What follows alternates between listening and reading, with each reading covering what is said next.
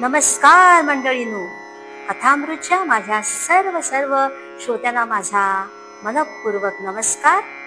आणि आज आपण असा विषय घेतलेला आहे की जनरली आजपर्यंत आपण अनेक ठिकाणी बघितलेलं आहे, कथा ऐकलेल्या आहे की तुम्ही आयुष्य जगता, परंतु मरताना जी इच्छा तुमच्या मनामध्ये, जी वासना म्हणतात, वासना जी तुमच्या मनामध्ये असते त्यानुसार तुम्हाला पुढचा जन्म मिळत असतो. तर म्हणून काय करायचे आपल्याला की मरताना भगवंताचं नाम आपल्या मुखात यावं, म्हणजे कुठलीच वासना शिल्लक राहणार नाही. म्हणजेच या जन्म मरणाच्या फेऱ्यातनं आपली नक्की सुटका होईल. आणि याकरता अखंड भगवंताचं नाम घ्यायचं. नाहीतर होतं काय, तर दुसरा जन्म जशी शेवटची तुमची वासना तसा पुढचा जन्म. पण आपल्याला तसं नको आहे. म्हणून ते कसं आहे, म्हणजे ते कशा पद्धतीनं एका साधूच्या जीवनात, साधू असून सुद्धा त्याच्या जीवनामध्ये काय घडलं हे आपण नक्की या कथेत ऐकूया. की सौराष्ट्रामध्ये एका छोट्याशा गावामध्ये एक बेचर नावाचे थोर प्रेमळ भगवत भक्त राहत होते. एके दिवशी एक साधू त्यांच्या घरी आले. त्यांना तीर्थयात्रा करण्याकरता पुढे द्वारकेला जायचं होतं. म्हणून त्यांनी जातेवेळी आपल्या कपड्यामध्ये गुंडाळलेले एक छोटेसे पुस्तक त्याच्याजवळ देऊन ठेवले आणि म्हणाला, तुम्ही माझे हे पुस्तक तुमच्याजवळ ठेवा, मी द्वारका तीर्थ करून आल्यानंतर घेऊन जाईन. पुष्कळ दिवस झाले तरी साधू महात्मा पुस्तक नेण्यासाठी आलाच नाही. म्हणून त्या भक्ताने विचार केला की साधूने आपल्याकडे जे पुस्तक ठेवलेले आहे त्या पुस्तकात काय आहे ते पाहावं तरी. म्हणून त्या भक्तानं काय केलं, तर कपड्यात बांधलेलं होतं ना ते पुस्तक, तो कपडा खोलला आणि पुस्तक पाहू लागला. तर काय मंडळीनो, त्यात एक छोटस सर्पाचं पिल्लू.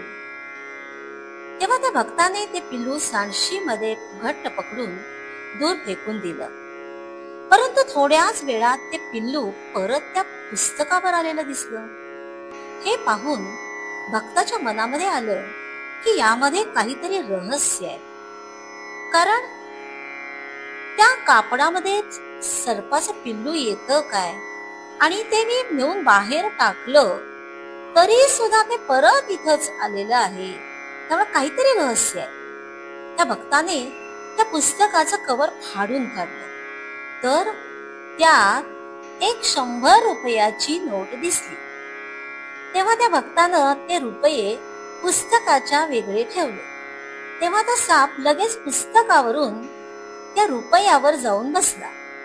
हे पाहून त्या प्रेमळ भक्ताला कळून चुकले की महात्मा याचे देहावसान झाले, पण त्याची अंतसमयी वासना या रुपयामध्ये राहिलेली आहे. आणि हे पाहून यानं हातात पाणी घेऊन संकल्प केला की हे महात्माजी, जर आपली इच्छा या रुपयामध्ये असेल तर मी या रुपयामध्ये परत 100 रुपये टाकून साधूंना भोजन देईन.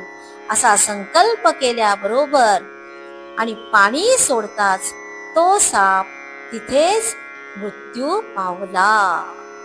तर मंडळीनो, आपली शेवटी ज्या वेळेला आपला प्राण जाणार त्यावेळेला आपल्या डोक्यामध्ये जे विचार असतात, जी आपली मती असते, बुद्धी असते, बुद्धीचे विचार असतात, त्याप्रमाणे हे घडत असतं.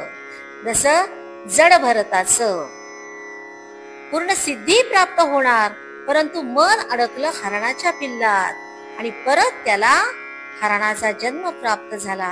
तर मंडळीनो, या प्रत्येक गोष्टीमध्ये, कथामध्ये काहीतरी एक रहस्य लपलेलं आहे, जे आपल्या जीवनाच्या संबंधी खूप चांगलं आहे, आपला उद्धार करणार आहे. तर नक्की आपण या कथा ऐकत जा आणि आपल्या जीवनामध्ये त्याचा फॉलो नक्की घ्या.